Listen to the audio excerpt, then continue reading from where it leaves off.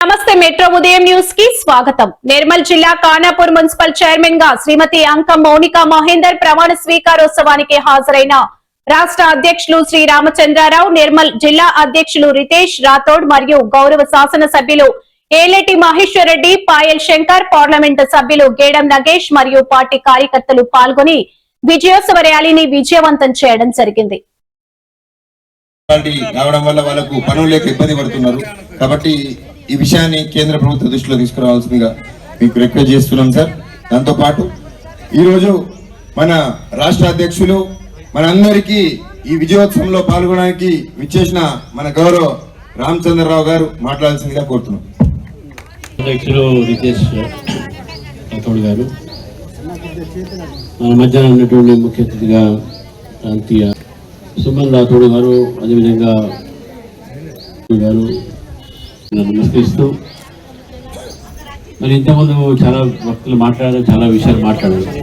చిన్న మున్సిపాలిటీ అని చెప్పేసి, ఇది మున్సిపాలిటీ చిన్నదైనా రేవంత్ రెడ్డి గారికి పెద్ద సందేశం పోయింది.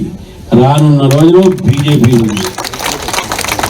తెలంగాణ రాష్ట్ర ప్రజలకు ఖానాపూర్ ఫలితాలు ఇది ఒక సంకేతం. భారతీయ జనతా పార్టీ గెలవబోతుంది విషయాన్ని ఎవరు ఎన్ని అడ్డుకునేసినా, ఎంత బలంతో అడ్డుకున్నా భారతీయ జనతా పార్టీని ఖానాపూర్లో ఆపలేకపోయారనే విషయాన్ని మనం గుర్తించాలి.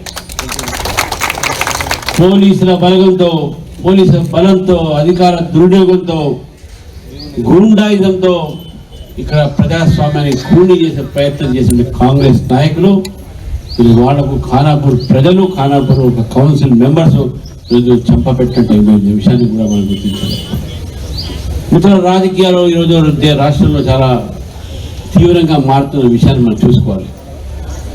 ఒకవైపు బీఆర్ఎస్ పార్టీ మన ఈ యొక్క ఖానాపూర్లో స్థానికంగా జరిగినటువంటి ఒక చైర్మన్ ఎన్నికలు అది సొంత నిర్ణయం తీసుకొని ఖానాపూర్ ప్రజల ఒక ఆకాంక్ష మేరకై వాళ్ళు తీసుకున్న నిర్ణయంగానే ఎక్కడ కూడా రాజకీయమైనటువంటి యొక్క ప్రభావం లేదు. దాని మీద విషయాన్ని గుర్తుపెట్టుకోవాలి. ఎందుకంటే బీజేపీ ఒంటరిగానే రేపు తెలంగాణలో అధికారంలో రాబోతుంది కాబట్టి ఇది బీజేపీ కేవలం ఒంటరిగానే ముందుకు పోతుంది, ఎవరితో పొత్తులు ఉండవని చెప్పేసి కూడా స్పష్టం చేస్తా ఉన్నాను. రెండో విషయం వచ్చేసరికి నిన్న రేవంత్ రెడ్డి గారు మాట్లాడుతూ ఉన్నారు. మన పర్ క్యాపిటల్ ఇన్కమ్ అంటే ఇక్కడ ప్రతి ఒక్క తలసరి ఆదాయం ఏతుందో అది చాలా ఎక్కువ ఉన్నది.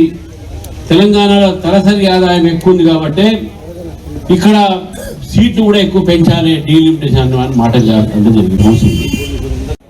ఎమ్మెల్యేలు కాబోతా ఉన్నారు, ఎంపీలు కాబోతా ఉన్నారు. కాబట్టి ఇటువంటి ఒక నేపథ్యంలో మహిళలందరూ కూడా నారీ శక్తిగా మారి